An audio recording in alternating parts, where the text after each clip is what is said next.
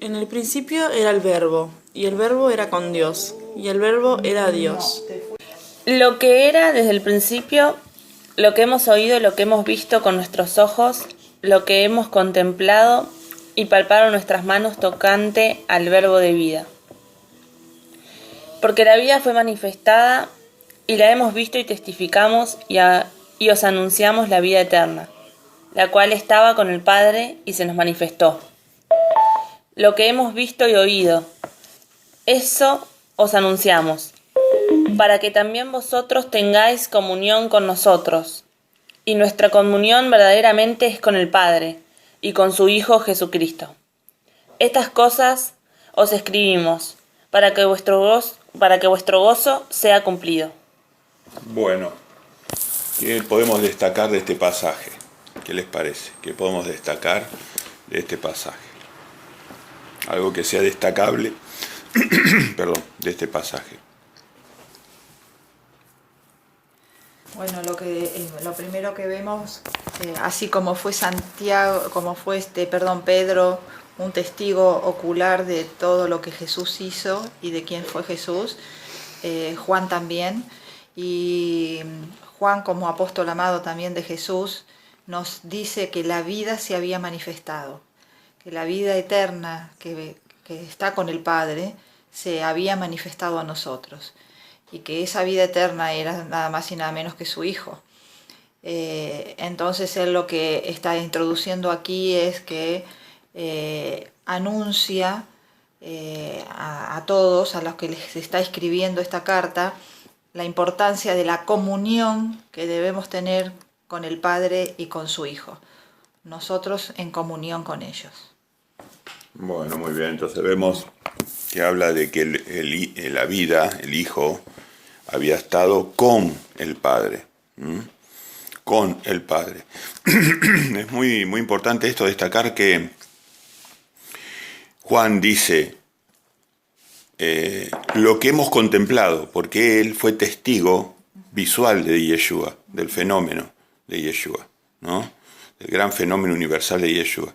O sea, él fue, y no solamente eso dice, y palparon nuestras manos, o sea que él, Juan, lo tocaba, porque era el discípulo amado, era el que se apoyaba, el que lo abrazaba, el que lo tocaba. Entonces él dice eso, y palparon nuestras manos, o sea, que las manos de él habían palpado a Yeshua, ¿no?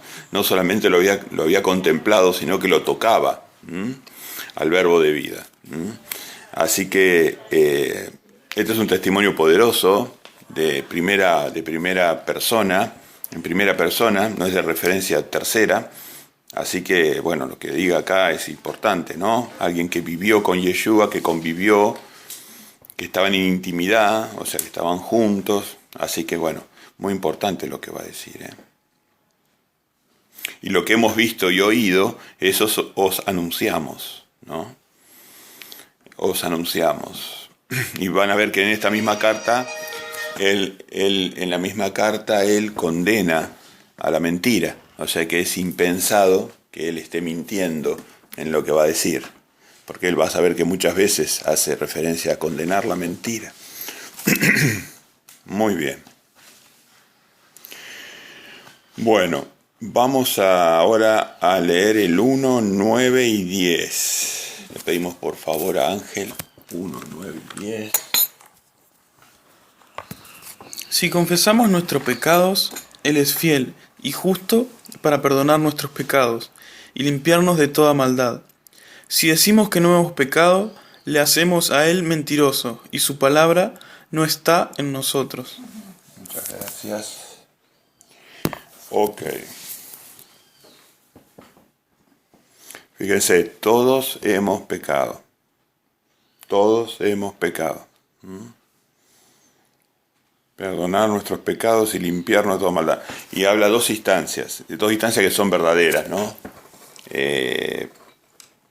Primero necesitamos perdón de pecados y después limpiarnos de la maldad. Primero es perdonado nuestro pecado y después Él nos limpia. Si confesamos nuestros pecados, Él es fiel y justo para perdonarlos y limpiarlos. Primero perdonarlos y después limpiarlos. Limpiarlo lleva más tiempo. Cuanto peor sea el pecado, más tiempo lleva a limpiarlo. O sea, Yeshua es el que nos limpia de los pecados. ¿Algún comentario, Glenda? Justamente eso. ¿Sí? ¿Me escuchan bien? Sí, perfecto. ¿Me escuchan? Sí. Bien. Sí, justamente Él espera que confesemos los pecados. Es justamente así. Porque si nosotros nos metemos para adentro y decimos, bueno, sí, bueno, fue una falta, bueno, sí, no lo confieso, no lo oculto. Sabemos que si lo hacemos nos estamos limpiando, ¿no?, de esa maldad que hemos cometido. Por eso no podemos ser mentirosos acerca de nuestros pecados para con Él, ¿no es cierto? Porque sabemos que Él escucha y sabe nuestra condición, ¿no?, en la que estamos viviendo en este momento. Gracias, Glenda. Entonces, Más que nada la acción de confesar pecado, como dice acá, tiene que ver con el que nosotros reconozcamos y nos humillemos ante el Padre de que somos imperfectos y que nos equivocamos, porque eso es lo que Él quiere. No podemos decir que nosotros no nos equivocamos, que no tenemos nada que decir, que estar constantemente pidiéndole al Padre humillados de corazón, porque eso es lo que quiere ver Él. No se trata tanto de la acción de confesar, sino de lo que sale del corazón. Eso es lo que yo entiendo. entonces sí, la actitud humana normal es no creer que uno está en pecado. Que uno se equivoca, lógico. La persona ignora, nosotros muchas veces hemos sido ignorantes de nuestros propios pecados. Somos ignorantes de nuestros propios pecados. La ignorancia es tan grande que hasta ignoramos de lo que adolecemos. Entonces, acá dice, no seas ignorante, ponete a cuenta de cuáles son tus pecados, pedí perdón y empezá a limpiarlos, porque va a llevar mucho tiempo limpiarlos.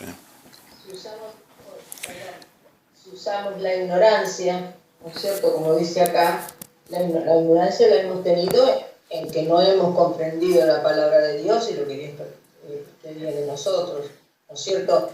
No es justificativo, porque sabemos las cosas que hace la gente. Cuando hace cosas malas, las hace escondidas. Entonces, cuando uno sabe que las cosas que tiene que hacer las tiene que hacer a la luz, está haciendo las cosas que justamente Dios nos pide. O sea, que cosas buenas y elevadas para todas las personas y para todos. Gracias. Bueno, ahora pasamos al capítulo 2, análisis del capítulo 2, y vamos a empezar con los versículos 1 y 2, que dice, vamos a pedirle a Lisita que lo lea, por favor, capítulo 2, versículos 1 y 2. Hijitos míos, estas cosas os escribo para que no pequéis. Y si alguno hubiere pecado, abogado tenemos para con el Padre, a Jesucristo el justo. Y Él es la propiciación por nuestros pecados, y no solamente por los nuestros, sino también por los de todo el mundo. Muy bien, entonces, Elisa, ¿qué sería Yeshua o Jesús de nosotros? Un abogado. Abogado, eso es. Fíjense cómo operan los cielos, ¿no? El rol, cómo el Padre es mayor que el Hijo, ¿eh? Es un abogado. Él trata de convencer al Padre en cuanto a nuestra santificación, en cuanto a nuestra inocencia. Esa es la actitud de Yeshua, de su Hijo. Esa es la actitud. Para aquellos que tratan de destruir la relación Padre-Hijo. El Padre es algo muy grande. Tiene control total sobre toda su vida, sobre la vida que crearon. Y Jesucristo es un abogado, eso no se puede cambiar. Jesús está al pie, a la derecha del Padre, abogando por nosotros. Y le muestra al Padre el sacrificio que Él hizo por nosotros. Así que el Padre es la referencia de la vida, es el estándar alto del universo. Es el estándar alto el Padre. Es el estándar, es el que permite que la vida sea. Así que su Hijo, en este momento, es el abogado que propicia por nosotros. Exacto. La acción de propiciar. Exactamente. Porque tenemos a alguien que nos acusa todo el tiempo. El que nos acusa es el enemigo, él es el que nos acusa. En la palabra de Dios vemos hay varios ejemplos en donde se lo muestra a Satanás acusándonos. Como el fiscal. Exacto, acusándonos. Es el fiscal, el Es el abogado fiscal. es Jesús y el fiscal es Satanás. Exacto, él es el que nos acusa, Claro. dice la palabra de Dios. Pero bueno, Satanás fue el fiscal de Dios hasta que entró en pecado. Satanás fue el fiscal de Dios, era su rol en los cielos, hasta que entró en pecado. ¿Algún comentario, Lucía? No. Bueno, ahora... Perdón, Sí.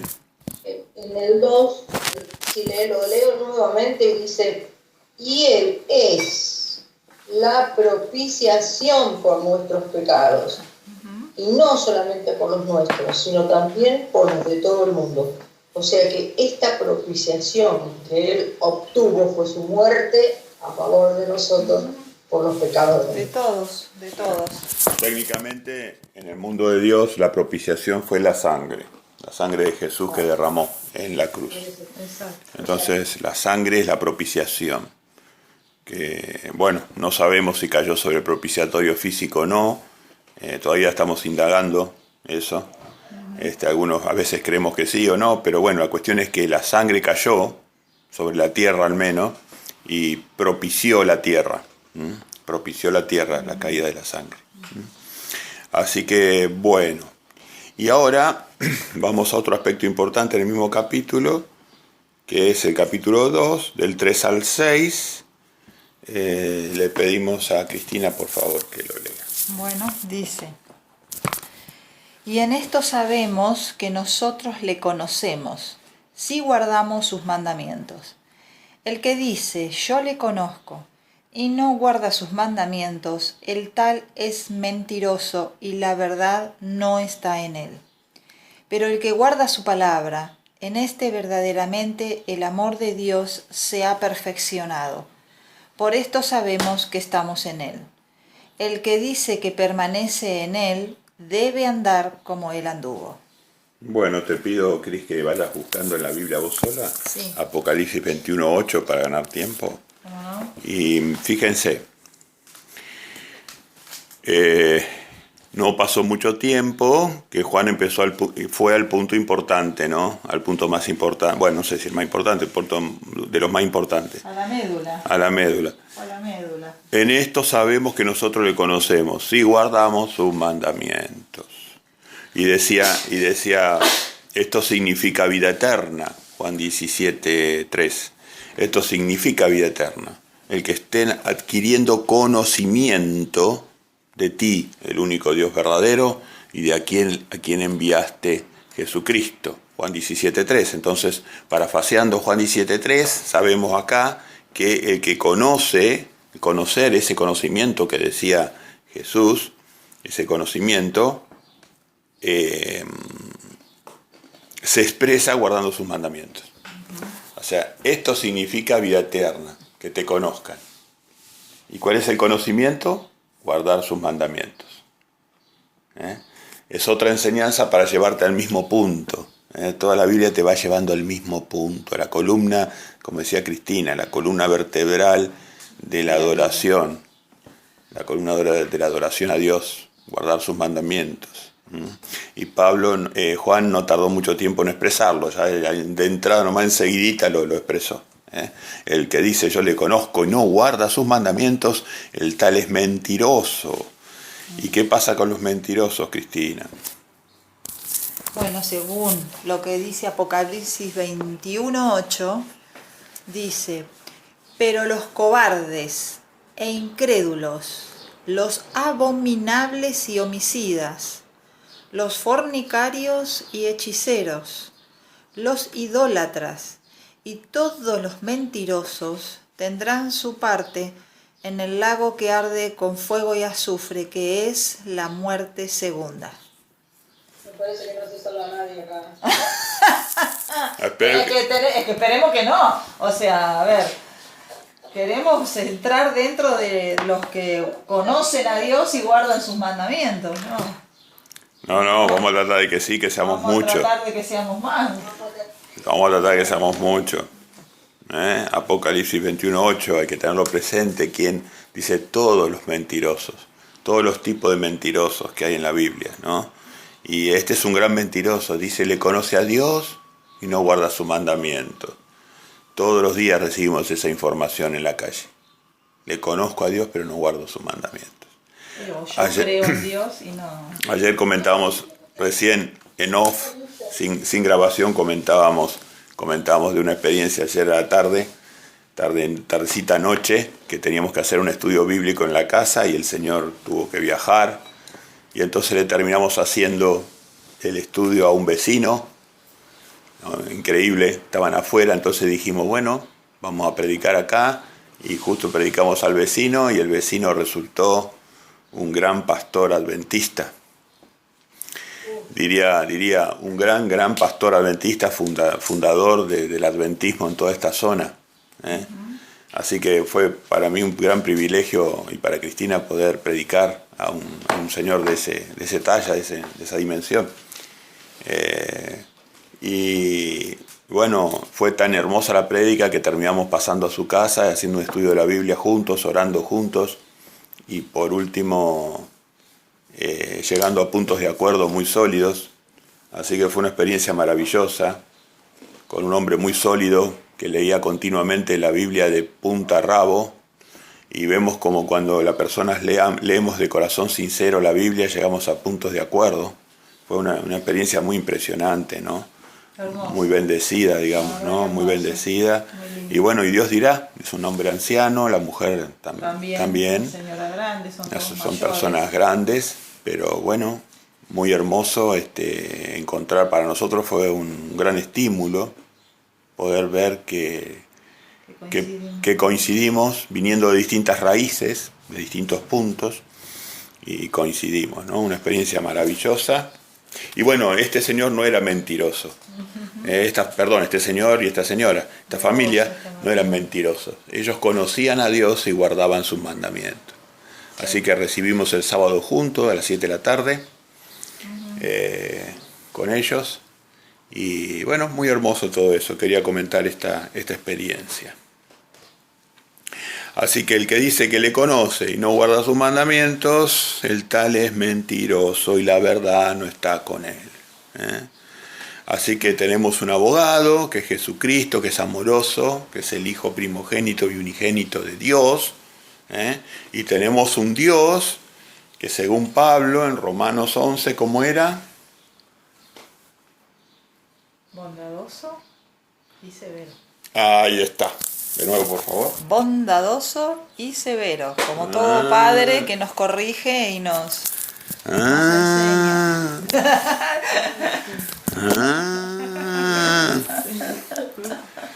Bondadoso y severo. No se olvide la severidad, el temor a Dios. No se olvide. No se olvide el temor a Dios. Tenemos un abogado, pero el que sube o el baja el pulgar es el Padre. Y acá en el 7, de Revelación 21:7, fíjate, el 21:7, Léelo. lo leo. El que venciere, él dará todas las cosas que yo seré su Dios y él será mi hijo. Así que ¿cómo llegamos a él? Y claro, o sea, él nos va diciendo, mira, te doy un chachaca, corregí, te doy, mira, vení para acá, ¿no? No, además la idea de que el que venciere. El que venciere, o sea, es una cosa que estás en continuo. No, y el que venciere, y acordate que habíamos visto la experiencia de Jacob transformándose en Israel. Exacto. El gusano transformado en mariposa. Sí. O sea, Jacob transformándose en Israel vence a Dios. El que venciere. El que venciere es Israel. El que venciere es Israel. El que venciere. Jacob transformándose en Israel. Nosotros transformándonos en Israel. Vencer a Dios. Ha luchado contra Dios y ha prevalecido. Luchó contra Dios y prevaleció. Emerge la mariposa del gusano. Bueno, muy bien. Vamos ahora al nuevo mandamiento. Esto es complicado, digo yo. El nuevo mandamiento. Lo voy a leer yo del 7 hasta el 11. 2, 7, 11. Hermanos, no os escribo mandamiento nuevo, sino el mandamiento antiguo que habéis tenido desde el principio. Este mandamiento antiguo es la palabra que habéis oído desde el principio. O sea, fíjense, voy a dejar en claro esto, cuando la Biblia se habla de un solo mandamiento, el mandamiento, se están refiriendo a toda la palabra escrita. A toda la palabra escrita. Toda la palabra viene a ser como un mandamiento de Dios. Dios no pone nada que no tenga un sentido de ser. Entonces, cuando en la Biblia se dice el mandamiento, lo van a ver muchas veces, entonces decir, ¿a qué mandamiento se refiere? ¿Al 4, al 5, al 3, al 12, al 1? Entonces, cuando dice el mandamiento en la Biblia, acá te revela Juan que se está refiriendo a la palabra en general. Ese es el mandamiento, la Torá. Entonces, el mandamiento antiguo es el Antiguo Testamento, ¿no? A eso se refiere, por eso dice antiguo, ¿no? El que viene antiguo, aunque sea hasta para ellos, porque era la época de Moisés, de los profetas, ¿no? Exacto. Mandamiento antiguo. Y habéis oído desde el principio ese mandamiento. Sin embargo, tengo que decirles una cosa nueva, dice ahora Juan. Ustedes conocen el mandamiento antiguo.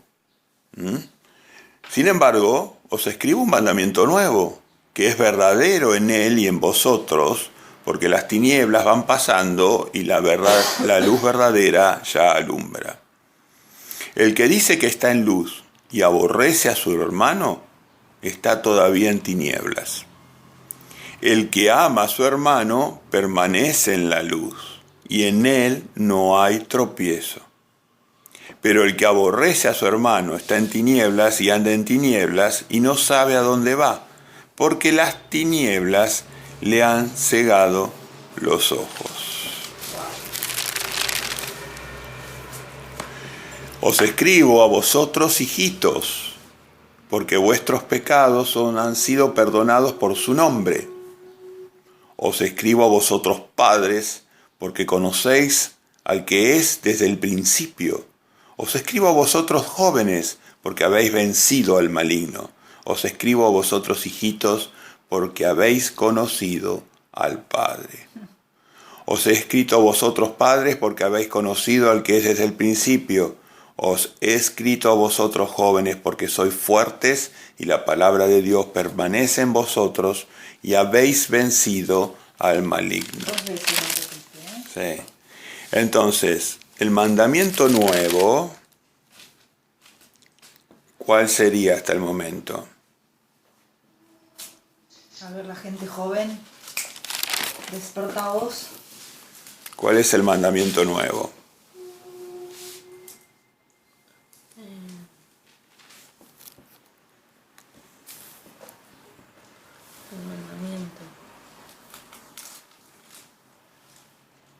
El mandamiento nuevo es el amor de entrega de Jesucristo. Es el amor de entrega de Jesucristo. El amor a Javá. El amor ágape. El amor de entrega. Ellos conocían el amor respetuoso.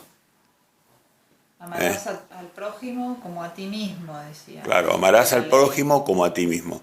El amor respetuoso es el amor de la ley. No le mentís a tu prójimo, no codiciás sus bienes, no lo matás, No le haces daño. no le haces daño. Ese era el amor del mandamiento antiguo. Pero ahora lo que Jesús vino a pedir es el amor de entrega. Yo quiero al prójimo más que a mí mismo. Me entrego hacia él.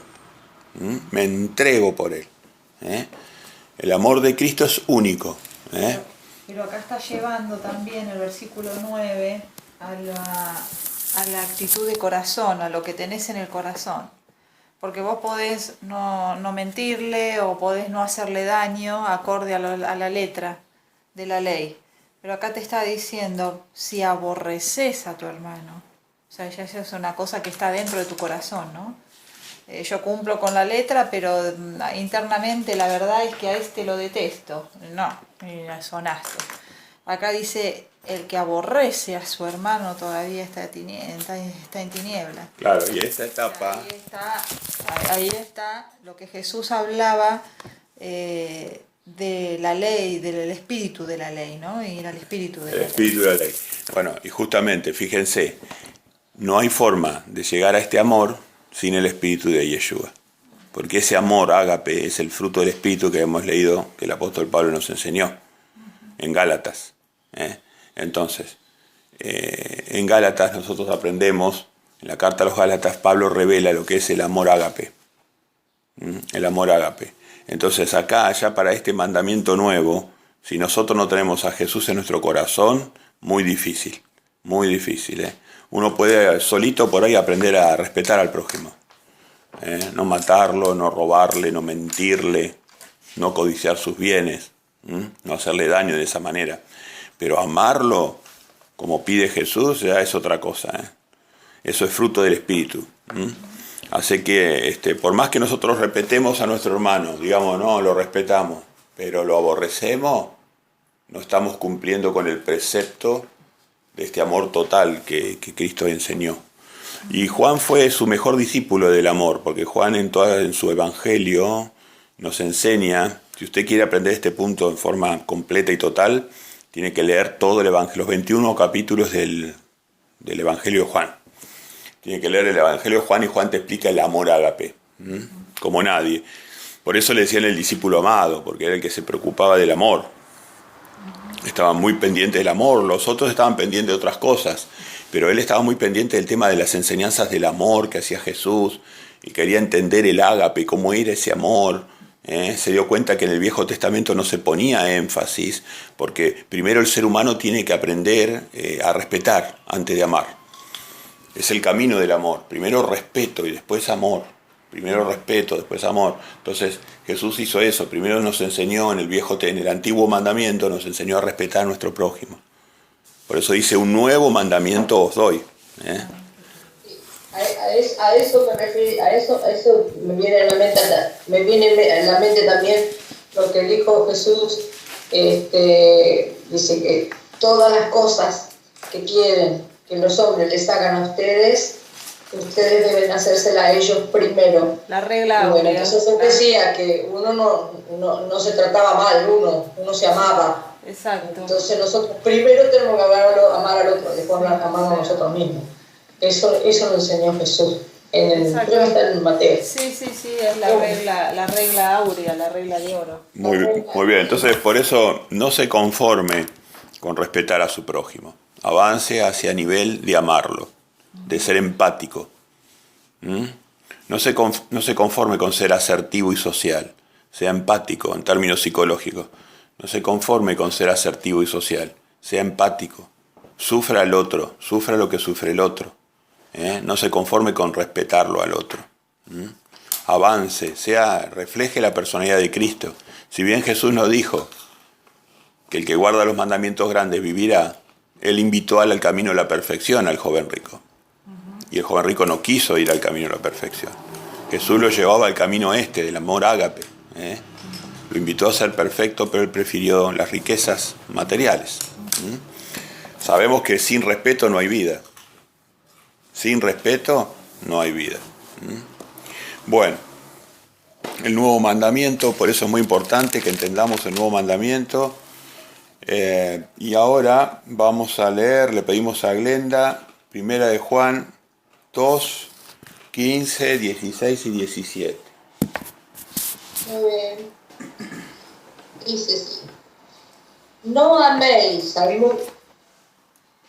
¿Dos? 15. Sí, perfecto. No améis al mundo ni las cosas que están en el mundo. Si alguno ama al mundo, el amor del Padre no está en él, porque todo lo que hay en el mundo, los deseos de la carne, los deseos de los ojos y la vanagloria de la vida, no proviene del Padre, sino del mundo. Y el mundo pasa, y sus deseos, pero el que hace la voluntad de Dios permanece para siempre. Bien. Seguimos hablando del especialista del amor. Qué maravilla esto, ¿no? Porque Y esto es lo más, claro. Esto es lo más difícil, ¿no? A veces para algunos, ¿no? Despegarse de las cosas del mundo, ¿no? Porque bueno, hay un amor entonces que Juan está condenando. ¿Cuál es el amor ese, Elisa, que condena Juan? Ay, el mundo. El amor del mundo. El amor al mundo. Al mundo. Al mundo. ¿Y en qué se resumiría ese amor al mundo? Los deseos de la carne, de los ojos y la vanagloria de la vida. Bien, gracias, Elisa. Ahí está, justo, preciso. el deseo de los ojos, fíjate lo que dice, ¿no? Porque todo lo que hay en el mundo, dice, lo resume en tres aspectos. Los deseos de la carne, la ley de la carne, o sea, la parte animal que Dios nos puso, la parte animal, el deseo de la carne, el que alimenta el deseo de la carne. Sin deseo de la carne nosotros no podríamos vivir. Dios tiene que darnos un deseo en la carne. Tenemos que desear levantarnos, desear comer, desear tomar agua, desear correr. Tenemos deseo de la carne, pero si alimentamos los deseos de la carne, cosechamos ¿qué? Corrupción. Dios nos hizo para que alimentemos el espíritu, además de la carne. Y el espíritu controla la carne. La carne sin espíritu es corrupción. Entonces tenemos que darle alimento al espíritu también. Entonces, ¿qué pasa? ¿El mundo que alimenta el espíritu según Dios? No. No. Solamente el deseo de la carne. A eso le está agregando los deseos de los ojos. Qué sé yo, vemos el último modelo de coche, el último vestido, la última cartera, la última moto, la última esto, el último... Entonces estamos alimentando los deseos de los sentidos. Y la vanidad, la vanagloria de la vida. Yo quiero ser más importante, tener más títulos, tener más esto, tener más otro, para poder darme aires de grandeza. Esto está muy en todos nosotros, empezando por el que habla. Entonces, la vanagloria de la vida, ¿no? La vanagloria de la vida. Ese es otro enganche que puede llevarnos a invertir nuestro tiempo de manera poco sabia. Jesús habló de la importancia de la lámpara de nuestro cuerpo. La lámpara de nuestro cuerpo, según Mateo capítulo 6, verso 22, es nuestro ojo. Dice ahí, dice, porque donde está tu tesoro, allí está también tu corazón, ¿no? O sea, cuando nosotros vemos lo que las personas tienen o hacen, nos muestra lo que hay en el corazón de esa persona, dónde va, qué es lo que hay allí. Y dice... La lámpara del cuerpo es el ojo, así que si tu ojo es bueno, todo tu cuerpo estará lleno de luz. Pero si tu ojo es maligno, todo tu cuerpo estará en tinieblas, lo que decía acá Juan. Así que la importancia de ver, de cómo vemos las cosas, hacen de que nosotros seamos unas personas que amamos a Dios o amamos las cosas que están en el mundo. Bueno, así que 3 aspectos en donde alimentamos nuestra carne. Los instintos, estar persiguiendo los instintos, los ojos, los deseos visuales, el marketing, que bombardea al hombre todo el tiempo, mostrando cosas... que no necesita todo el tiempo. Sí, generando necesidades y estimulando deseos. Entonces se nos va la vida en la pavada, teniendo siempre lo último, y en esa pavada que hemos estado todos alguna vez. Y bueno, hay que ir limpiándose de ese marketing, del invento ese de generar necesidades superfluas que te consumen la vida. Entonces el deseo de los ojos, entra por los ojos el marketing. Y después la vanagloria de la vida, meternos en metas para darnos autoimportancia, ¿no? Bueno, Satanás sabe cómo desperdiciar nuestra vida. Bueno, tenemos muchos caminos para desperdiciar la vida. O sea, esto es cuando acá el apóstol Juan se está refiriendo a aquellas personas que desperdician su vida en estas cosas y se alejan de Dios. Obviamente que la carne tiene un lugar en la vida, porque sin la carne no podemos vivir. Porque somos físicos también. Claro. Somos Entonces, alma y espíritu y físico. la Biblia lo que hace a través de sus 66 libros es balancear la carne con el espíritu. La persona que entiende la palabra de Dios y la practica puede balancear su carne con el espíritu. Porque evidentemente no todos somos espíritu. Tenemos carne y la carne tiene sus requisitos. Pero la Biblia te enseña a equilibrar la carne con el espíritu. Y la mejor forma de equilibrar nuestro espíritu es darle participación o posesión a Yeshua en nuestra vida. Mezclar nuestro espíritu con el de Él. Entonces esa es la forma mejor, más fuerte de equilibrar nuestro espíritu.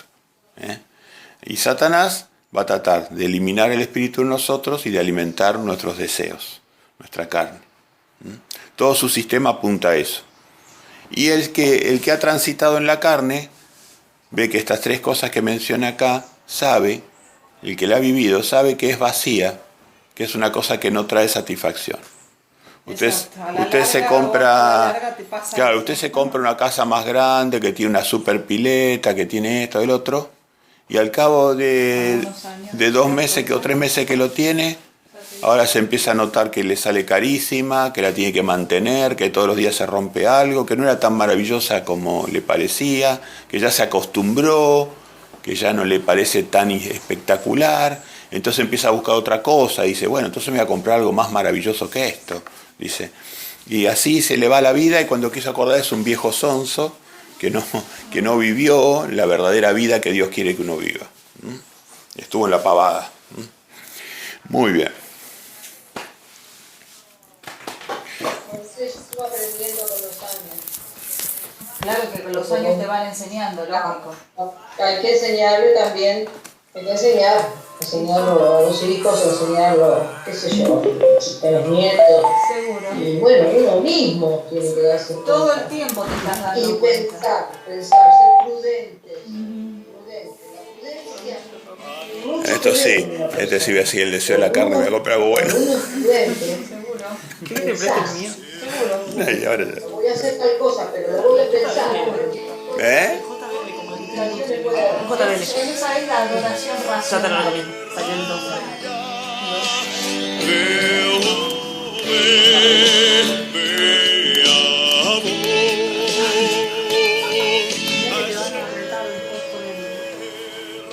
Porque hacen por el derecho de autor. ¿Qué dicen? Un poquito me reta. Bueno.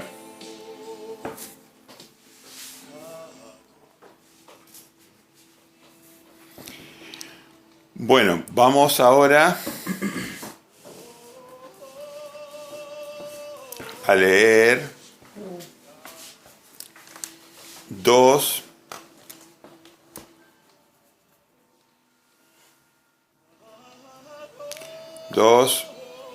18 al 23. Le pedimos a Lucecita.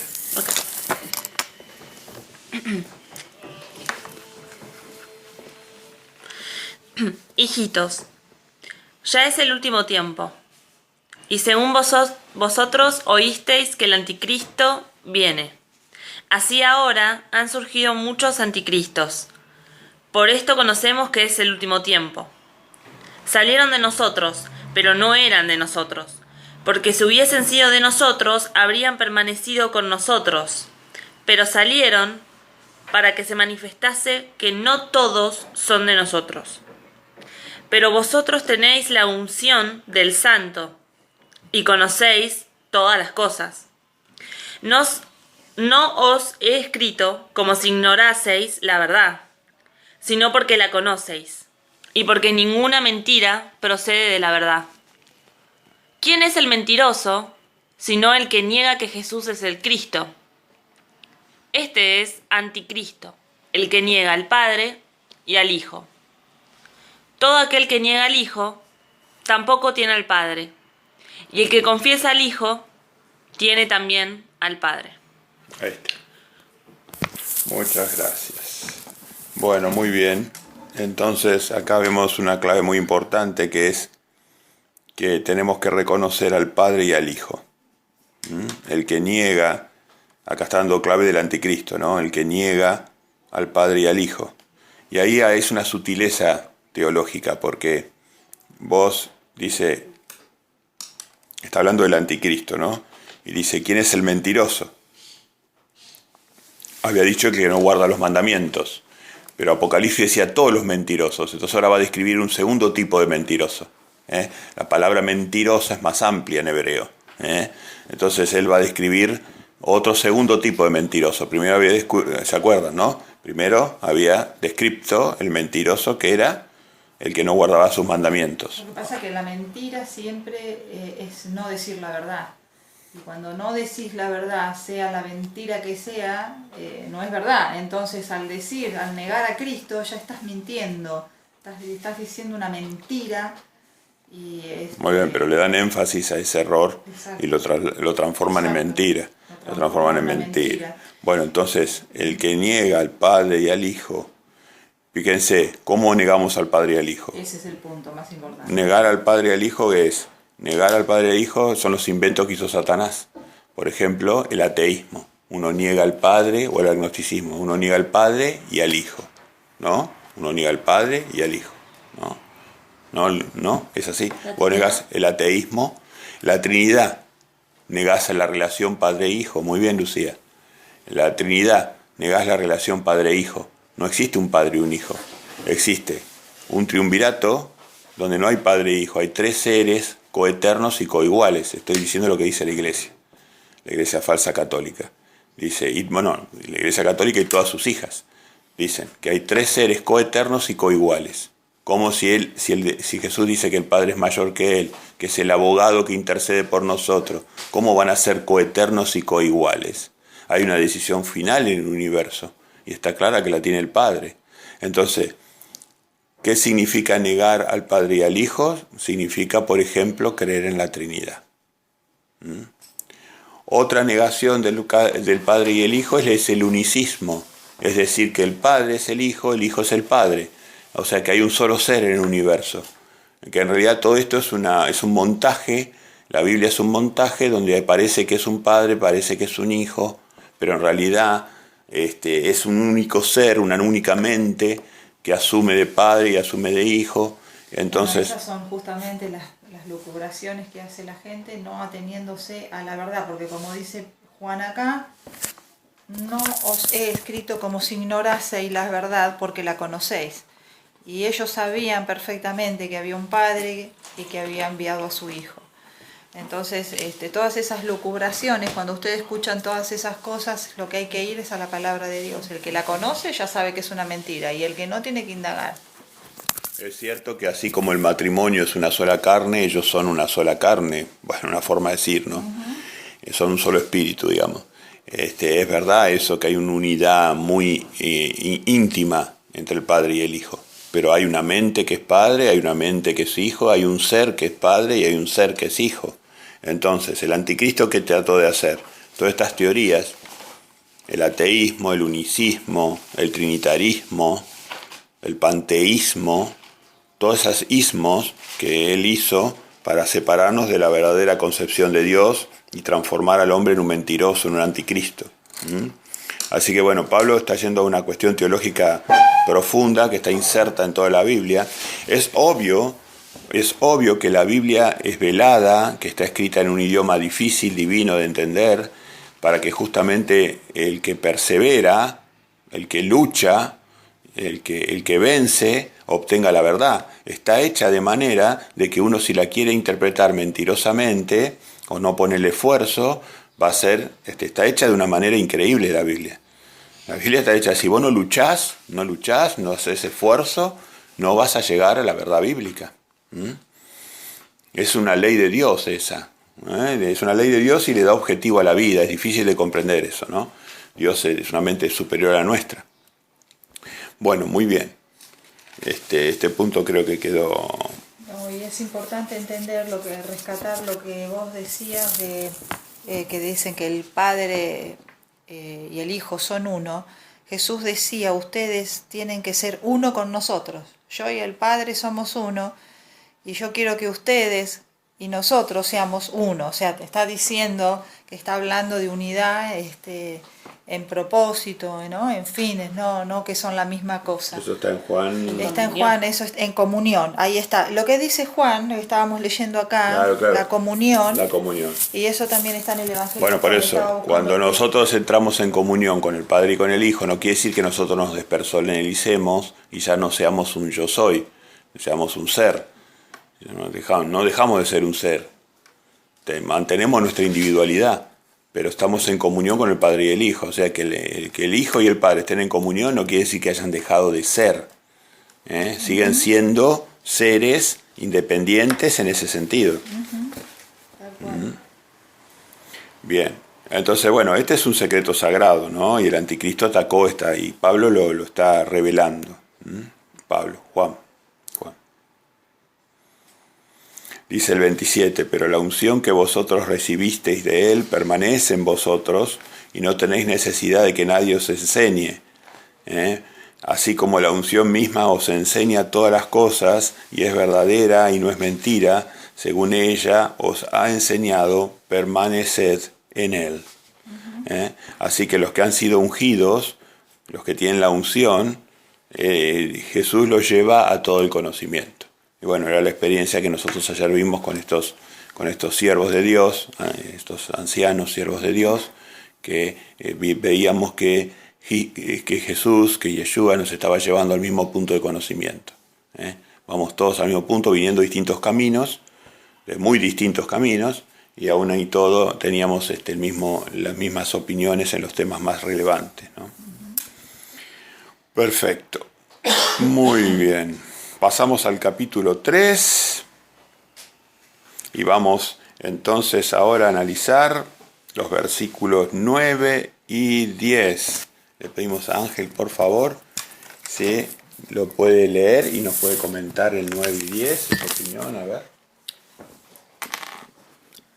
Todo aquel que es nacido de Dios no practica el pecado, porque el simiente de Dios permanece en él, y no puede pecar, porque es nacido de Dios. En esto se manifiestan los hijos de Dios y los hijos del diablo. Todo aquel que no hace justicia y que no ama a su hermano no es de Dios. ¿Qué opinas, Ángel?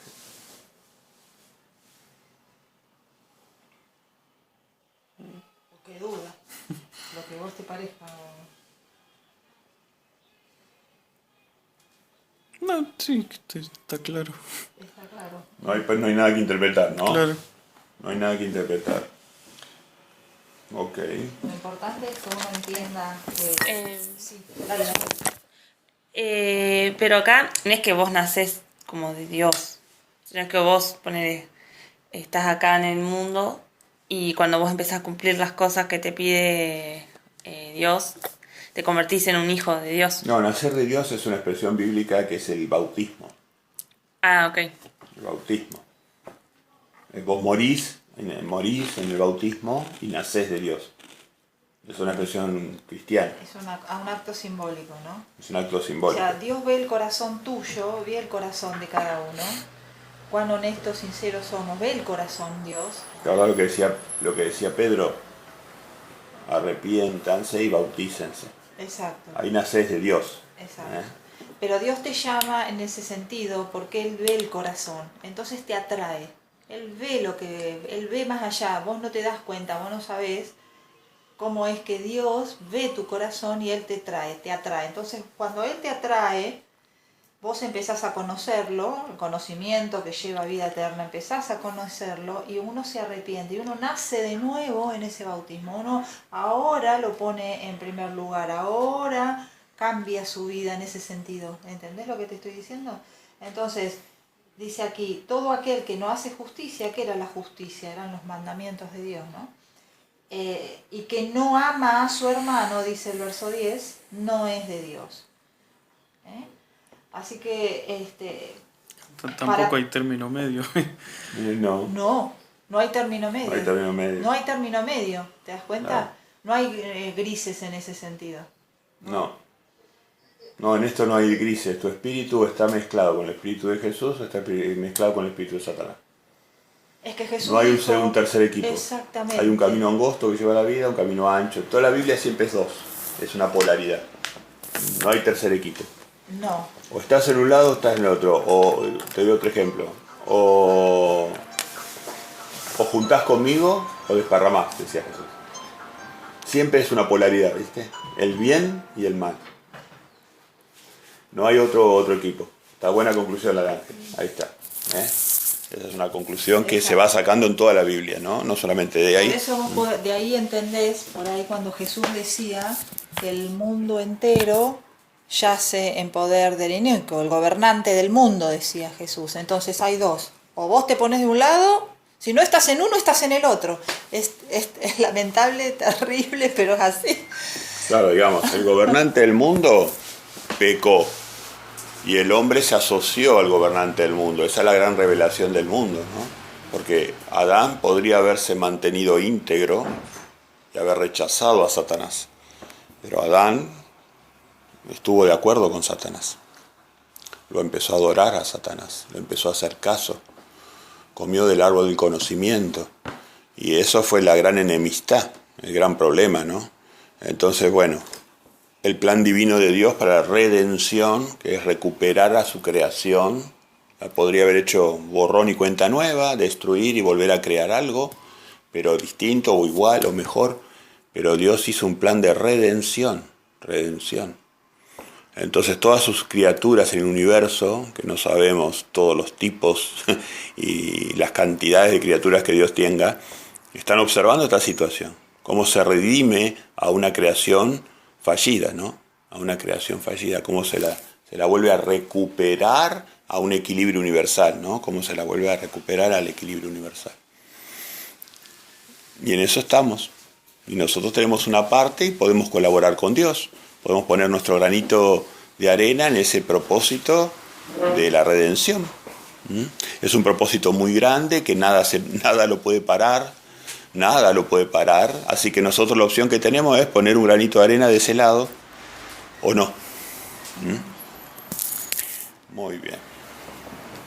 Así que los hijos de Dios se hacen manifiesto al amar a la justicia, al mandamiento de Dios, y al amar a nuestro prójimo.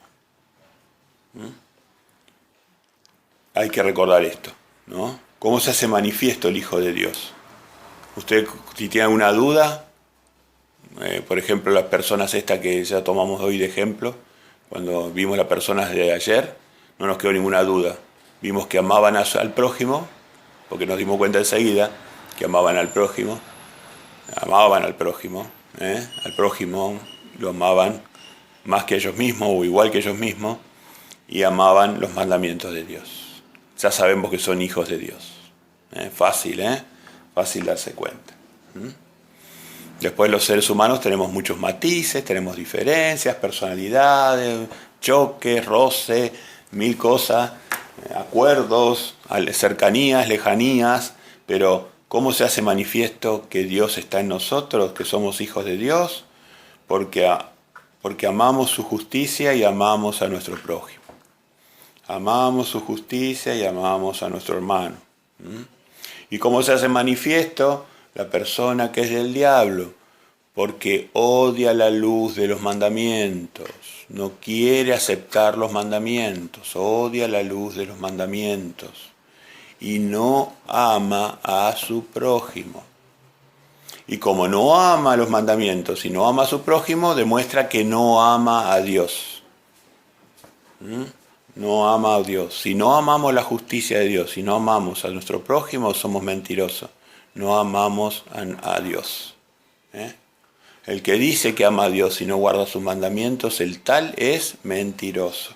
Y el amor de Dios no está en él. Así que esta es la verdad bíblica que Juan nos está recuperando con su filtro o con su sesgo. ¿Cuál es el sesgo de Juan entonces? ¿Qué sesgo le da la palabra de Dios, Juan? El amor, El amor. Eso. totalmente. El amor.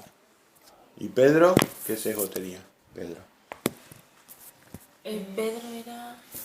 ¿Cuál es el sesgo de Pedro? ¿De dónde veía toda la ley de Dios? ¿De dónde eran unos ojos que miraban desde qué perspectiva? La justicia era... ¿Desde qué perspectiva miraba Pedro? La justicia. Ajá. ¿Alguna otra opinión?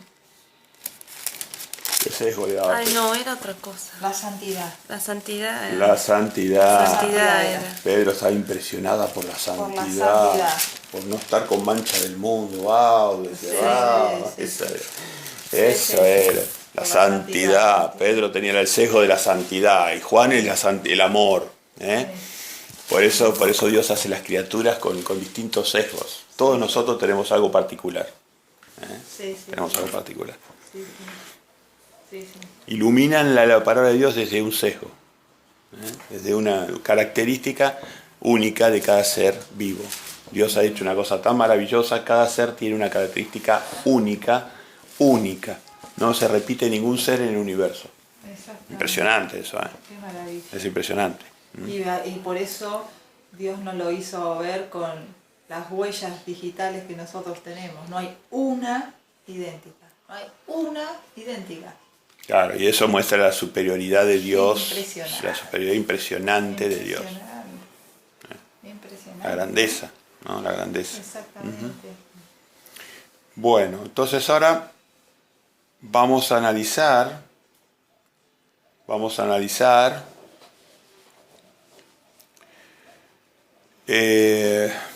Primera de Juan. Vamos a leer desde el 18 hasta el 3, 18, 24. Le pedimos a Elisita que lo lea, por favor.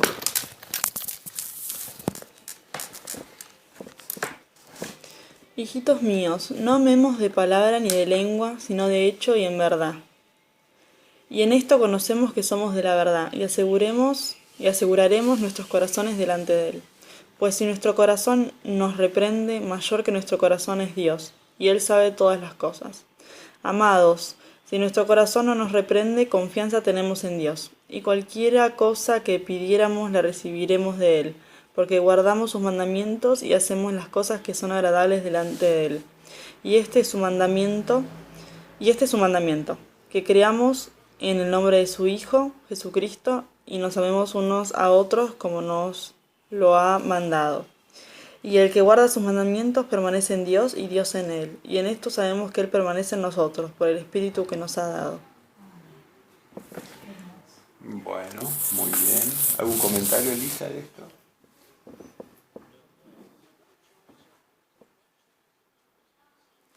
No, lo primero que dice eso de no amemos de palabra ni de lengua. Es importante eso. ¿Por qué te llamó la atención eso?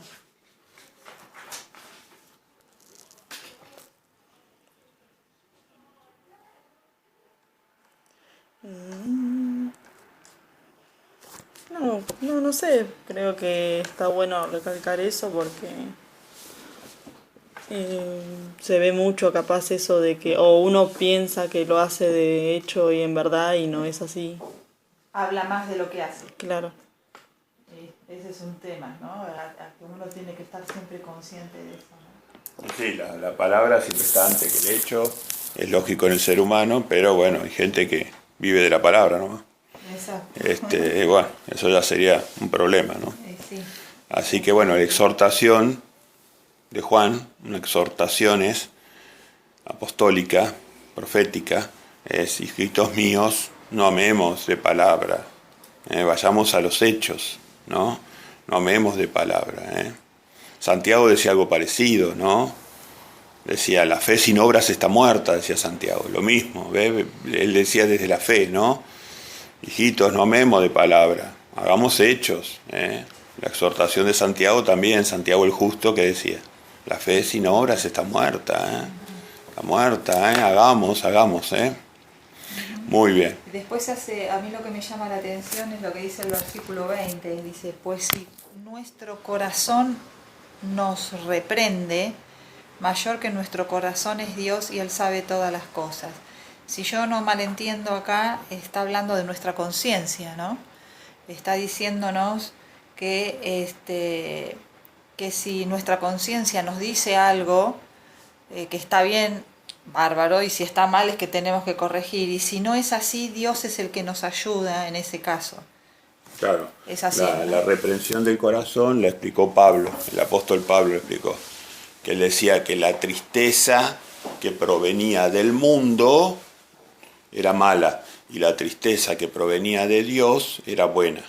El corazón reprendiendo al ser humano. Entonces nosotros, cuando contristamos al Espíritu Santo, nos sentimos tristes nosotros. El Espíritu Santo es el que mora en nosotros, entonces lo contristamos, entonces nos ponemos tristes. Entonces nos ponemos tristes, automáticamente tenemos que buscar a Dios y decir, ¿por qué estoy triste? ¿Por qué estoy triste? ¿Por qué hay algo que anda mal en mi vida, que me hace sentir triste? ¿Qué tengo que analizar yo o ver, no?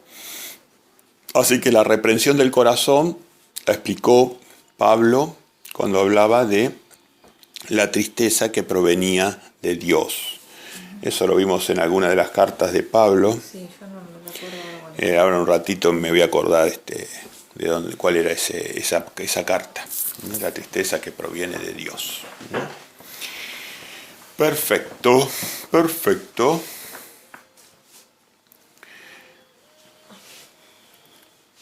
El que guarda sus mandamientos permanece en Dios y Dios en él, y en esto sabemos que Él permanece en nosotros por el Espíritu que nos ha dado. Ahora pasamos al capítulo 4. El capítulo 4, que analiza el Espíritu de Dios y el Espíritu del Anticristo. Amados. Segunda a los Corintios 7:10. A ver, antes de empezar con el 4, por favor, léete Segunda a los Corintios 7:10 dice, porque la tristeza que es según Dios produce arrepentimiento para salvación, de que no hay que arrepentirse, pero la tristeza del mundo produce muerte. Muy bien, ahí está, ese era el concepto. Por eso se liga, lo que dice 2 Corintios 7, se liga con lo que el corazón nos reprende. El apóstol Juan también da esa enseñanza. Préstenle atención a la reprensión del corazón, dice Juan. Préstenle atención. Préstenle atención porque el Espíritu te va llevando. Ahí por eso él decía, la unción que vosotros recibisteis. Exacto. Esa unción que recibiste es la que provoca la tristeza. Cuando el Espíritu te hace sentir mal por algo, te rectifica. ¿Qué está pasando? Tengo que hacer caso y corregir y ver qué está pasando. Claro. ¿Qué es eso? Claro. Te está hablando adentro tuyo. Hay dos fuentes de tristeza. El pecado, hay dos fuentes de tristeza. Andar en el mundo te va a dar tristeza. Sí, te trae porque depresión. Eso te trae depresión. No sentido a la vida. De hecho, en Estados Unidos, por ejemplo, en las sociedades ricas, Japón, en los países nórdicos, el Prozac y todas las drogas antidepresivas es la que más se vende. Hay estimaciones presentes que casi el 50% de la población está tomando antidepresivos. Es la tristeza que proviene del mundo, no cabe duda. En cambio, la tristeza que proviene de Dios es una tristeza que vos simplemente, una vez que entendiste lo que haces mal, rectificás y desaparece. Es una alarma que te dice, acá no es el camino, este no es el camino. En cambio, la tristeza del mundo, mire, cuando usted empieza a tomar un antidepresivo, después no se lo saca nunca más. Sigue con eso, bloqueando la alarma, la apaga la alarma. Bien. Ahora sí, vamos al capítulo 4, que dice así, amados, no creáis a todo espíritu.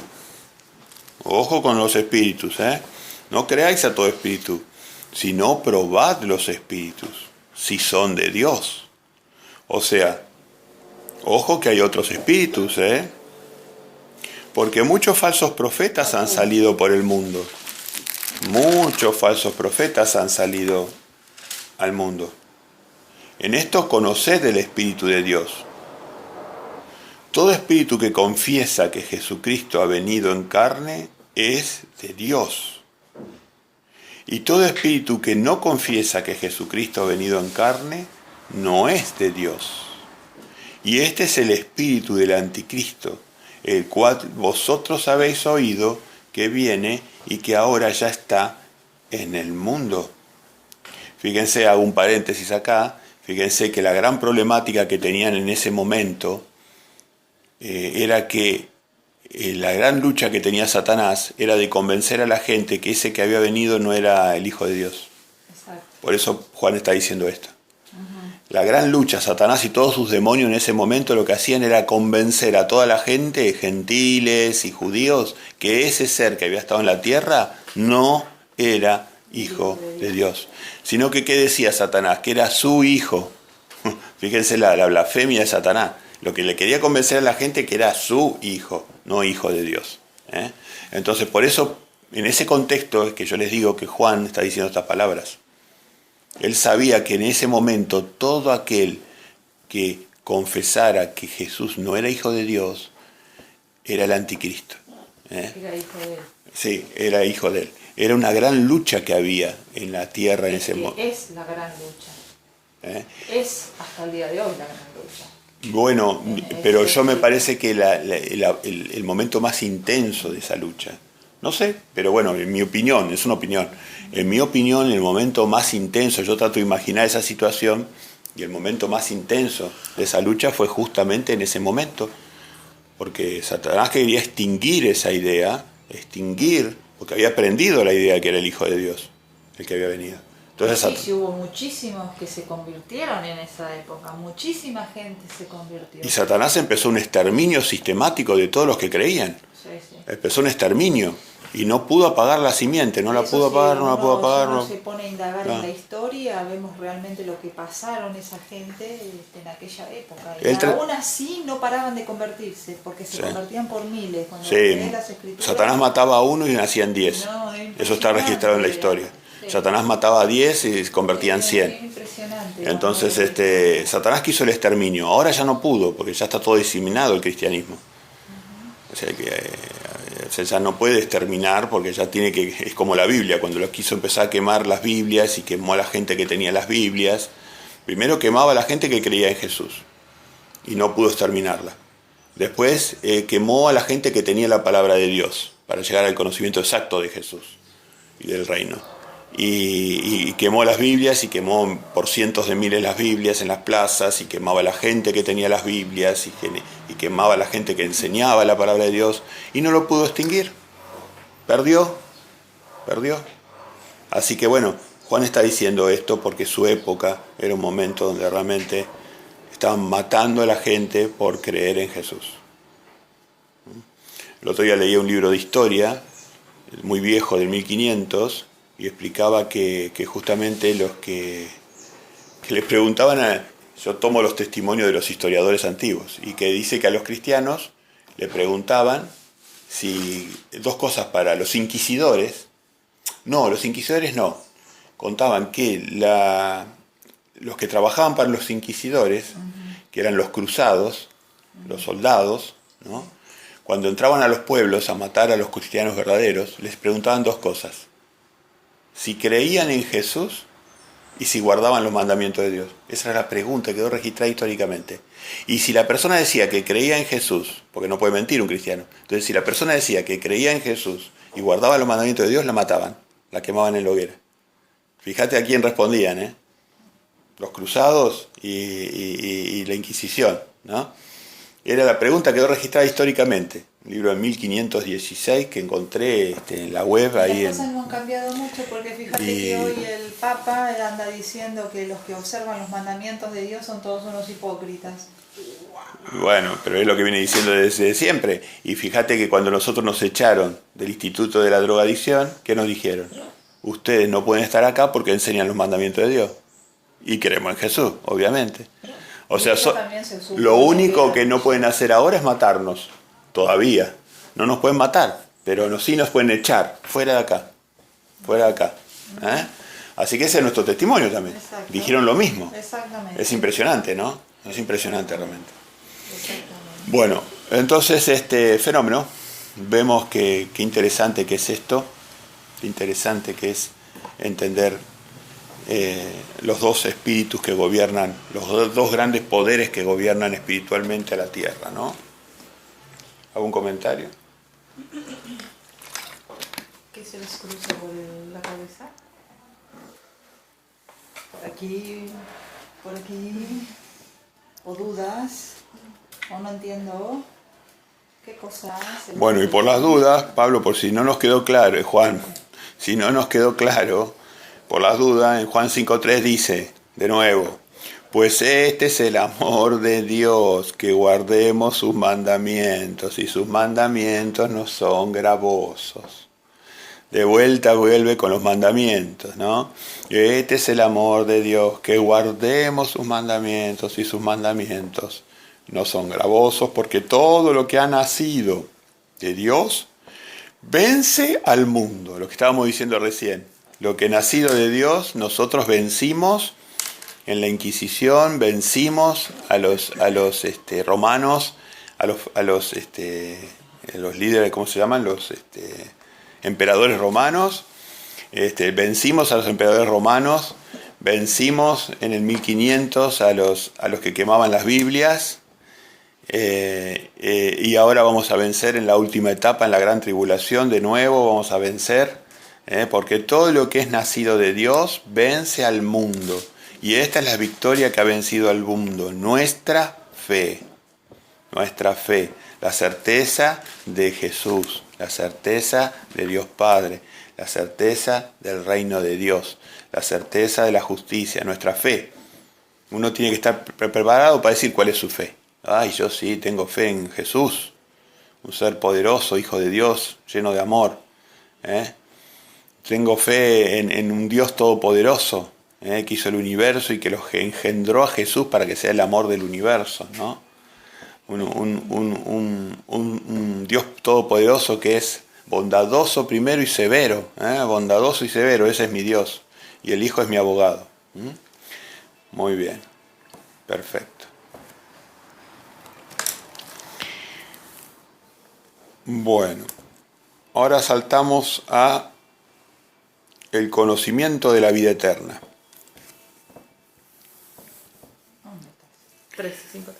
5, vamos a ir al 5 y vamos a leer del 13 al 21. ¿Quién quiere leer? ¿Quién quiere leer?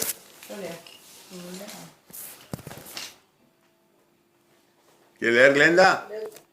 ¿Quiere leer? El conocimiento de la vida eterna. Muy bien, el 13. Estas cosas os he escrito a vosotros, que creéis en el nombre del Hijo de Dios, para que sepáis que tenéis vida eterna, y para que creáis en el nombre del Hijo de Dios. Y esta es la confianza que tenemos en Él, que si pedimos alguna cosa conforme a su voluntad, Él nos oye.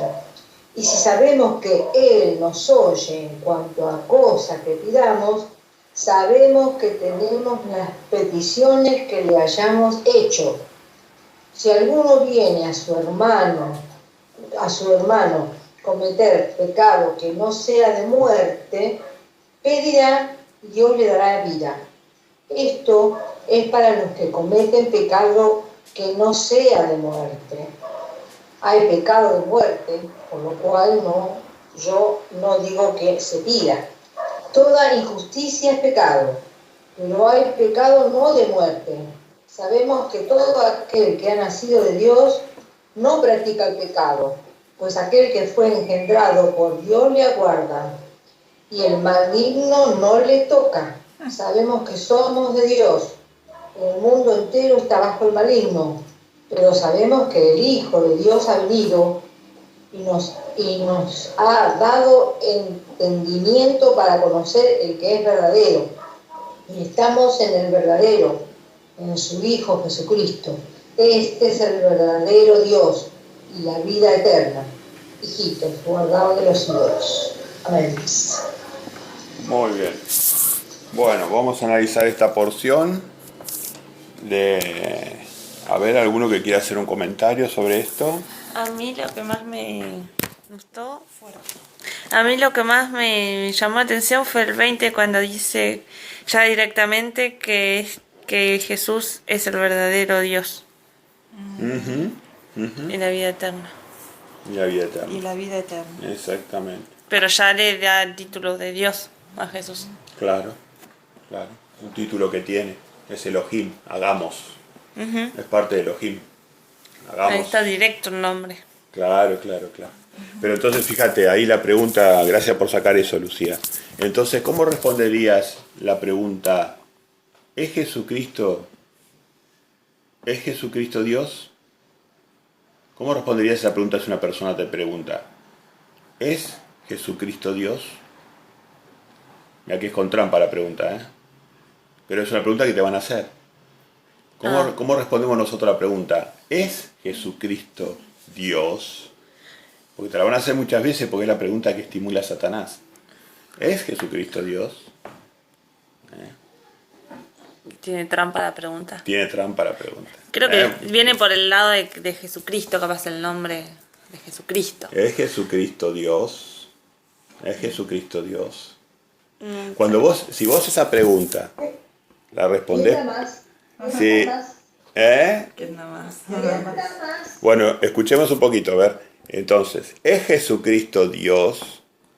Si usted responde que sí, lo está llevando al nivel del Todopoderoso. Es una trampa esa. Si vos respondés que sí, lo está llevando al nivel del Todopoderoso. Porque esa es la intención, de hacer creer que solo existe Jesucristo. ¿Es Jesucristo Dios? Entonces, si a vos te preguntan, por ejemplo, si a mí me preguntan, no a vos vas a responder lo que vos creas, obviamente. Yo voy a responder esto. Si a mí me preguntan, ¿es Jesucristo Dios? Yo voy a decir, no, es el Hijo de Dios. Esa es la respuesta. Esa respuesta está 40 veces en el Evangelio. Es el Hijo de Dios. Pedro, cuando por ajo Espíritu Santo, dijo, eso fue revelado del Padre, dijo Jesús. ¿Qué dijo Pedro? Es el Hijo de Dios. ¿No? Es el Hijo del Dios viviente. Pero es un Dios. Bueno, ahí viene la pregunta. Pero vos respondés la pregunta claro. Vos primero dejás en lugar, en honra al Padre Todopoderoso, al Elohim Todopoderoso. Entonces, la respuesta mía es la siguiente. Si a mí me preguntan, ¿Jesucristo es Dios? Yo digo, no, es el Hijo de Dios. Unigénito, primogénito, engendrado por Dios, con las facultades de Dios y por ende es Dios. ¿Entendés que es distinto? Es un Dios. ¿O es un Me Dios? gusta. Sí, a mí también. Es uno de los... Sí, vos sabés que los hermanos testigos, Es un Dios. los testigos de Jehová, los hermanos testigos de Jehová nos enseñaron eso, a decir un Dios. Un Dios. Pero yo respondo como te respondí recién. Entonces, si a mí me preguntan, ¿Jesucristo es Dios? Es una pregunta absoluta esa. Está preguntando algo te están absoluto. preguntando si es el Dios. Claro. Entonces, Si es Él. claro, él. No aún. Claro. Si es, claro. Y en cambio nosotros sabemos que es hagamos al hombre a nuestra imagen y semejanza. Elohim son dos. Son dos. Elohim son dos. Entonces nosotros sabemos, hagamos, Padre e Hijo dicen, hagamos al hombre a nuestra imagen y semejanza. A nuestra imagen y semejanza. ¿Es Jesús el Hijo de Dios? ¿Es Jesús Dios? No, es el Hijo de Dios.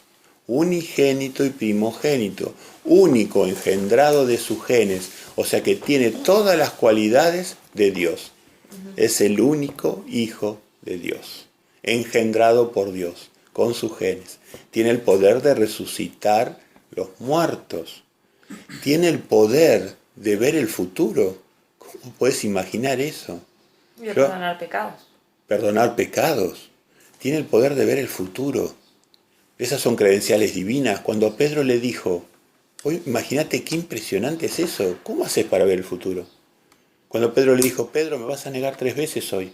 En un rato me vas a negar 3 veces. Y le decía Pedro, se enojaba. No, yo antes muerto, dice, que negarte 3 veces. muerto antes de negarte 3 veces, me muero con vos. Entonces, claro. ¿Y qué es eso de ver el futuro? ¿Quién puede ver el futuro? ¿Cuál es la tecnología que te permite ver el futuro? ¿Entienden? Estamos en contacto con Dios. Estamos en contacto con Dios. No cabe duda que Jesús es Dios, pero no es el Dios todopoderoso. Entonces la mejor forma de responder esa pregunta es aclarar la situación. Aclarar lo que nosotros creemos. Y Jesús se puso recontento cuando Pedro le contestó: tú eres el Hijo del Dios vivo. Jesús se puso recontento, saltó: Pedro, eso no te lo reveló carne y sangre, te lo reveló mi Padre que está en los cielos. Exactamente. Dijo Jesús. Eso es un secreto sagrado lo que vos estás diciendo, le dijo Jesús a Pedro. Porque él no se revelaba como hijo de Dios a nadie. Claro. No se revelaba como hijo de Dios. Él se hacía pasar siempre lo más bajo que podía. Lo más bajo que puede. Lo más bajo él que no podía. Decía nunca que era el hijo de Dios. Claro. Pedro se lo dijo, y después a la samaritana le dijo que él era ese que ellos estaban esperando. A una mujer, a ella se lo reveló, le dijo: ese del que vos estás hablando soy yo. Y claro, también le preguntó a los discípulos: ¿ustedes quién creen que soy yo? Bueno, y ahí fue cuando Pedro, por inspiración del Padre, por Espíritu Santo... Eso también es un ejemplo cuando venga el anticristo o la persona que se va a hacer pasar por él, ya sabes cómo va a ser Jesús. Jesús no se va a estar revelando así. No, yo soy el hijo, yo. esto yo No, claro. claro. Jesús no viene así. Su personalidad es la humildad. Todo lo contrario. No viene así. Claro. Él prefería que lo vieran como un siervo. Él vino como un siervo. Él los desconcertó a sus discípulos cuando se puso a lavarle los pies a ellos. Cuando se puso a lavar los pies, los desconcertó totalmente, porque eso era como un símbolo de humillación, de que yo soy lo más bajo que existe. Él les quiso decir que claro. ellos tenían que hacer exactamente lo mismo que él estaba Claro, haciendo. no. Él nos vino a enseñar sus lecciones con lo que hacía todo el tiempo, y siempre él tomaba y asumía, y eso es un mensaje que uno debería tomar y asumir, ¿no? Él siempre se presentó de la forma más pequeña que pudo, ¿no? Entonces, bueno, eso es una lección en sí mismo, es una lección muy importante en sí mismo. Hermoso. Bueno, entonces... Acá también nos refiere Juan a los pecados de muerte. Entonces, si alguno viera a su hermano cometer pecados que no sean de muerte, pedirá y Dios le dará vida. Primero nos dice que nosotros podemos pedir por nuestros hermanos, pero por aquellos pecados que no son de muerte. O sea, recuerda que hay pecados que son de muerte. Entonces, ahí nos volvemos a repasar otro apóstol grande de Jesucristo. Bueno, el apóstol pequeño, en realidad, según dijo él. Vamos a ver Hebreos, la carta de Hebreos. Dejen marcado ahí donde estábamos.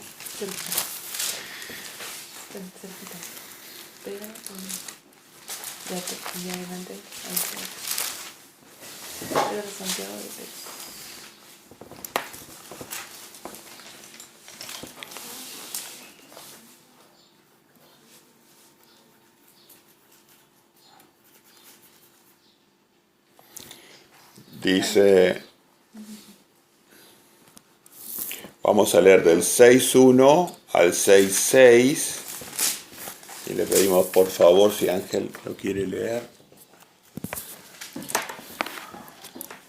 Por tanto, dejando ya los rudimentos de la doctrina de Cristo, vamos adelante de la perfección, no echando otra vez el fundamento del arrepentimiento de obras muertas, de la fe en Dios, de la doctrina de bautismos, de la imposición de manos, de la resurrección de los muertos y del juicio eterno. Y esto haremos, si Dios en verdad lo permite, porque es imposible que los que una vez fueron iluminados y gustaron el don celestial y fueron hechos partícipes del Espíritu Santo y asimismo gustaron de la buena palabra de Dios y de los poderes del siglo venidero y recayeron, sean otra vez renovados para arrepentimiento, crucificando de nuevo para sí mismos al Hijo de Dios y exponiéndole a vituperio. Eso, gracias, muchas gracias. Entonces, bueno, acá Pablo nos recuerda esto, ¿eh? Dice, es imposible que esos que estuvieron ya muy involucrados en el camino con el Espíritu Santo, que estuvieron y que ahora recaen en los vicios de la corrupción, de los pecados de muerte, sean renovados por arrepentimiento, porque eso significa crucificar a Jesús de nuevo. Y Jesús fue crucificado una sola vez por nosotros. Entonces Pablo estimula a los hebreos a decir, reciban el Espíritu Santo, pero no vuelvan a pecados de muerte. No vuelvan a pecados de muerte. Y después lo reafirma en 10:27. Para los pecados muertos son los 7 primeros mandamientos, ¿no? Los pecados de muerte, ciertamente los pecados de muerte, bueno, los tenemos que estudiar, no lo voy a tocar así livianamente, ¿no? Desde ya que los primeros 7 son capitales, sí. Sí, pero quisiera decir muchas cosas, es un estudio, se llama pecados de muerte, ¿no? El estudio, ¿no? Ok. Pero sí, los pecados capitales, los primeros 7 están incluidos en los pecados capitales. Lo que pasa es que de ahí de esos pecados se desglosan algunos otros que son capitales también. Y que están un poquito más encubiertos, que están enganchados en esos. Entonces, vamos a 10:26. ¿De hebreos? Sí. Ahí mismo, 10:26. Perdón. Hebreos 10:26. Sí. Hebreos 10:26. Claro. Para que me voy a anotar esta referencia porque casi me lo olvido. Es azul cualquiera. Para que voy a anotar la referencia. Hebreos. Me quedó justo un lugarcito acá, así que ya lo aprovecho. Ahí está. Bueno, entonces Hebreos 10:26 dice, porque si pecamos voluntariamente, después de haber recibido el conocimiento de la verdad, ya no queda más sacrificio por los pecados, sino una horrenda expectación de juicio y de hervor de fuego que ha de devorar a los adversarios.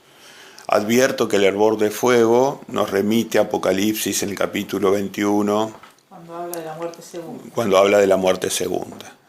A eso nos está refiriendo, no como enseña Babilonia de que una persona es torturada en fuego. Olvídense de eso.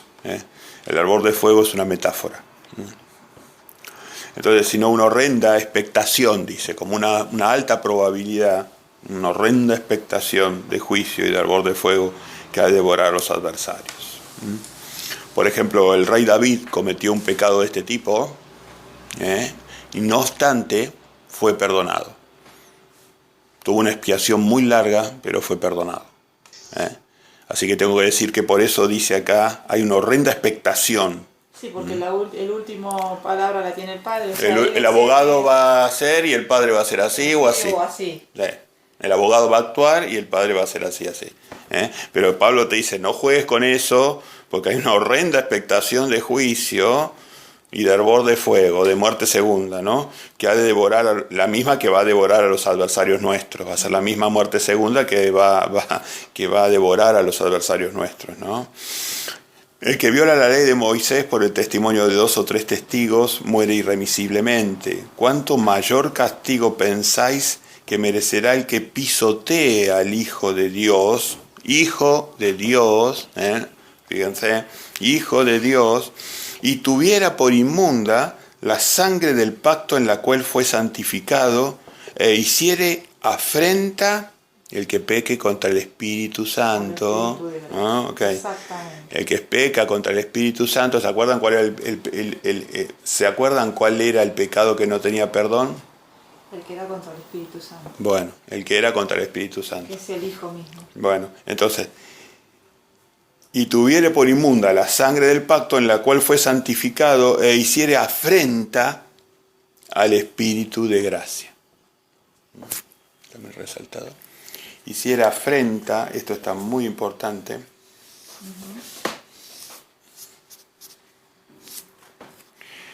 Es el pecado contra el Espíritu Santo, ¿no? Entonces, pues conocemos al que dijo, mía es la venganza, yo daré el pago, dice el Señor. Dice Jehová, dice el Viejo Testamento, el Deuteronomio. Mía es la venganza, yo daré el pago, dice Jehová, y otra vez Jehová juzgará a su pueblo. Horrenda cosa es caer en manos del Dios vivo. La revelación de Pedro tú eres el hijo del Dios vivo, no el Dios vivo, tú eres el hijo del Dios vivo. Mateo 16, 16. Mateo 16, 16. Pero entonces fíjense que Juan hace un recordatorio sobre este mismo conocimiento. Por ejemplo, Juan y Pablo no tuvieron ningún contacto personal, o si lo tuvieron fue mínimo. El contacto que tuvieron Juan y Pablo era mínimo, pero tenían exactamente la misma doctrina. Sí. Ellos seguramente se han encontrado en algún concilio en Jerusalén, pero el contacto que tuvieron es mínimo, no es que hicieron obra juntos o estaban en distintos sectores del mundo asignados, entonces la obra de ellos era paralela, pero no obstante vemos que hablan lo mismo. Por eso Juan recuerda, si alguno viera a su hermano cometer pecado que no sea de muerte, o sea que no sea contra el Espíritu Santo, pedirá y Dios le dará vida. Esto es para los que cometen pecado que no sea de muerte, 2 veces lo dice, pecado que no sea de muerte. Toda injusticia es pecado, pero no todo pecado es de muerte, dice, eso después te dice en el 17. Como frito. Claro, si no queda nadie. No queda nada. Es como le dijo Pedro a Jesús, pero entonces ¿quién se salva, maestro? Dijo, no nos salvamos ninguno, dice maestro. Ya, no sé, porque todas las cosas son posibles para Dios, le dijo el maestro. Por eso dice, hay una horrenda expectación, dice, ¿viste? O sea, ellos saben cómo salvarte y saben que tienen que mantener esa inseguridad en vos, mantener esa inseguridad. No te las creas. No que te las creas. Estás en lucha con un ser poderoso y maligno, y entonces ellos generan en vos ese temor sano de Dios. Ese temor a fallar, ese temor. Va a mantener ese temor, y ese temor es dador de vida, ese temor es sano, es el temor a Dios, el famoso temor a Dios. El temor respetuoso, el temor reverente. Jesús hizo lo mismo y todos sus santos apóstoles hicieron lo mismo. Mantener un temor reverente a Dios, al Padre, al absoluto. Y el abogado es misericordioso, pero finalmente, como le decía Jesús, Padre, no le atribuyas este pecado. Le decía, ya le empezaba a abogar por los que lo estaban crucificando. Padre, no le atribuyas, ya estaba abogando desde la tierra. Padre, no les atribuyas, no saben lo que hacen. No saben lo que hacen, no saben. Qué terrible. Ya estaba abogando, ya abogaba desde abajo, ya de abajo vivo en carne, todavía ya estaba abogando. Bueno, el Hijo de Dios. ¿Es Jesús Dios? No, es el Hijo de Dios. Y acá nos vuelve a remarcar lo que hablábamos hoy del mundo, que el mundo entero está bajo el maligno, dice el versículo 19. Entonces tenemos que cuidarnos. El mundo entero está bajo el maligno, eso quiere decir que los gobiernos son controlados por Satanás, las religiones son controladas por Satanás, los ejércitos del mundo son los generales, los grandes príncipes de guerra. Los reyes del mundo son controlados por Satanás. Las grandes instituciones de investigación científica y los grandes organismos están controlados por Satanás. Los que nos ocultaron la arca de Noé fueron todas esas organizaciones que nos ocultan las pruebas, evidencias que Dios dejó en la tierra de su santa palabra. Y en esto coincide Pablo, porque en la carta de 2 a los Corintios 4:4 nos está diciendo que cuál es el objetivo, en los cuales dice, el Dios de este siglo cegó el entendimiento de los incrédulos para que no les resplandezca la luz del Evangelio de la gloria de Cristo, el cual es la imagen de Dios. Cristo es la imagen de Dios, ¿no? Pero acá nos está diciendo que Satanás, este maligno que gobierna el mundo, lo que hace es cegar el entendimiento de las personas que no creen. Entonces tenemos que luchar contra eso, y aferrarnos y entender la palabra de Dios para que podamos llegar a conocer a Cristo y a su Hijo. Claro, exactamente. Y nosotros sabemos que tenemos todavía una eternidad para conocer al Padre Todopoderoso y a su Hijo, sobre todo al Padre Todopoderoso, porque vamos a ir, el Hijo nos va a llevar en el camino de conocer al Todopoderoso. Y tenemos toda una eternidad, no pretenda conocerlo en un día, un mes, un año o en una vida, pero bueno, nosotros vamos en dirección a Él. Es hermoso comenzar el camino porque Claro. vas a entender tantas cosas y a ver Claro, tantas cosas claro, que claro. ya con eso es Claro. una gran felicidad. Una de las primeras cosas es conocer el significado de su nombre, conocer cuál es su nombre, su significado, ¿no? Conocer a su Hijo, la segunda cosa, conocer a su Hijo, conocer su reino, su voluntad, conocer sus mandamientos, conocer su santa palabra, todos pasos que uno va dando, ¿no? Exactamente. Y después hacer. La fe sin obra está muerta. Después hacer, cuáles son los frutos que nosotros podemos dar. Son los frutos de justicia, de misericordia y de fe. O sea, el hombre de Dios es una persona que va enseñando con el ejemplo, da fruto de ejemplo, de justicia. La gente tiene que ver nuestra vida, como somos nosotros. Claro. No es lo que se proclama, sino lo que Cómo nosotros vivimos nuestro vivir diario, y que la gente nos tiene que ver que vivimos conforme a la palabra de Dios y tiene que ver que estamos haciendo discípulos. Son las dos cosas, los frutos que tenemos que darle a Dios. Y dice Jesús que cuando Dios vea que nosotros damos frutos, nos va a limpiar la vid para que nosotros demos más frutos. En cambio, la rama de vid que no da fruto, el Padre la va a cortar. Eso es bíblico. Entonces, si damos fruto, de vuelta, ¿el fruto cuál es? Vivir la vida mostrando testimonio de que nosotros cumplimos la palabra de Dios. Sin decir una palabra, testimonio. Y después, el segundo fruto que tenemos es hacer discípulos. Que también la gente da testimonio porque nos ve hacer discípulos. Así que bueno, esto es todo por hoy, queridos amigos, hermanos y personas interesadas. Así que vamos a cerrar este estudio en día en día Shabbat hermoso, un día glorioso. Vamos a tratar de honrar al Padre. Padre, te pedimos disculpas por nuestras fallas. Padre Todopoderoso, en el nombre de tu Hijo, te pedimos disculpas, te pedimos conocimiento, sabiduría. Te agradecemos el día de vida. Te agradecemos el día de vida, Padre, que nos bendigas y nos perdones en este Shabbat. Que nos sigas orientando hacia tu salvación, hacia tu vida eterna, Padre. El fruto de esto es una cosa tan grande, tan maravillosa que tú nos obsequias, que es la vida eterna, siendo parte de tu familia, siendo parte de tus hijos, ¿no? Donde se va a restablecer el equilibrio universal de tu ética, Padre. Así que bueno, nosotros ponemos un granito de arena, ojalá que tú nos bendigas, que nos apruebes. En un granito de arena no podemos hacer más que eso, y de esa forma ser parte de la montaña que surge de la piedra, de la roca, que va a golpear contra los gobiernos de este mundo, Padre. Entonces déjanos ser parte de esa montaña, Padre, esa montaña que se va a formar a partir de la roca. Así que bueno, humildemente hacemos llegar esta oración a través del mediador que es tu Hijo, para que santifique esta oración, Padre, para que la pula, para que la ponga en condiciones de llegar a tu santo trono. Llegamos a tu santo trono entonces por medio de ese mediador, tu Hijo amado que es amor, Yeshua. Amén. Amén. Bueno, llegó Cari ya.